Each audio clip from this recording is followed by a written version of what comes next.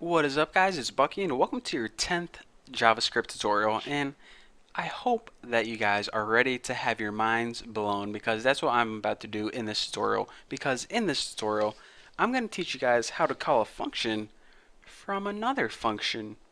Interesting. So let's go ahead and start with two functions. Function, I'll just go ahead and name the first one do first, and it won't take any parameters. And for the body, let's just go ahead and give it something simple. We'll just print something out on the screen. So write document, write, and what's something stupid we can put? I am first, bro, or bo. Hey, who the heck cares? And for our second function, go ahead and type function. We'll name this do second, if you're going to guess that.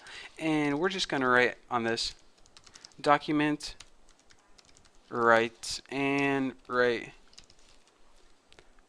Just write like the bunch of twos or something for a second. I don't know. I'm not really creative tonight. But anyways, so we have two functions, do first and do second.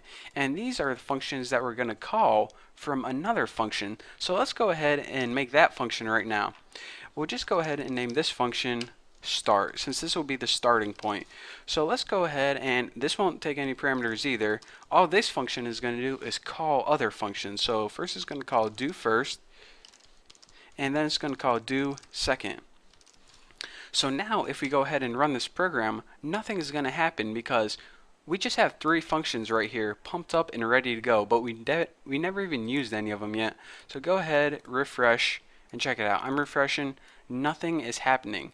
And that's, like I said, we have three functions right here pumped up, ready to go, but we didn't start it off. We didn't call any of those functions first. So go ahead in your program and let's start it off by saying start semicolon. So now it's going to say, alright, you got a function, you got a function, you got a function, and now the first thing I'm going to do is call the starting function right now. So I go up to the starting function. What do you want me to do? Do first function. So then I go up to the do first function and print out I am first bow. So this is actually the first thing it's going to print out right here, and it says, alright, I'm done with the first function, now what? Okay, you told me to go do the second function, so I'll go up here and print out 2, 2, 2, 2, 2. Okay, so basically print out this, and then I'm done. So let's go ahead and save this and see what we got. I am first bow and 2, 2, 2, 2, 2. So basically, the only function that ran is the starting function, and then all this one did is it called the first one and called the second one, and then it quit. And that's our whole entire program. So anyways, what I want to show you is you can use functions like the starting function to start it off and call other function, and you actually do that a lot of the time. So for example, if you have a lot of code, you can organize some in the do first, organize some in the do second, and it makes it a lot cleaner than having this huge long list of code. You can break it up into nice little functions, and then later on when you see, alright, something weird is going on with this first function, you know what bit of code is messing up. So anyways, that's why functions come in handy. But now that I have time, and that tutorial took me a little quicker than I thought, I bet you guys are wondering this. What would you do if you had a function like first, and then it called the second, and then that one called the first, which would call the second, and it was just like an endless loop? Well, I'm not sure, but hey, I never did it before, but let's go ahead and find out. My guess is that my computer is going to blow up, but you guess in the comment box what you think is going to happen below. My computer just might freeze or something, but oh well, I'll make the tutorial again. So function do first, and I don't recommend doing this, but let's go ahead and just document dot write something on the screen. Just write first. We'll make it simple. And then what we're going to do is call another do second function from here. And the do second function do second, let's just go ahead and have this one right out on the screen. Just write out second, and let's add some spaces actually. First and second, so it isn't all jumbled together if it actually does print out. And then this one is going to call do first.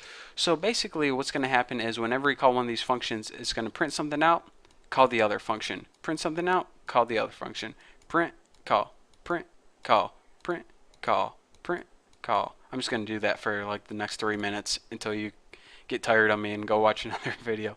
But anyways, it's just going to go back and forth. But if we run it right now, nothing's going to happen because we just have two functions waiting there. We didn't call any of them yet. So now let's go ahead and start off and call do first. So the first thing it's going to do is call this first function, and then from there it's just going to be an endless circle. So now let's go ahead and save it, and when I refresh this, I'm kind of scared to press it. Alright, I'll do it. Whoa. So then it just printed out an endless list of first and second. I wonder if this even stopped printing out. Yeah, it finally just gave up. So that's pretty cool actually. That Mozilla Firefox just give up after a certain amount of time. So yeah, that's what I would do too.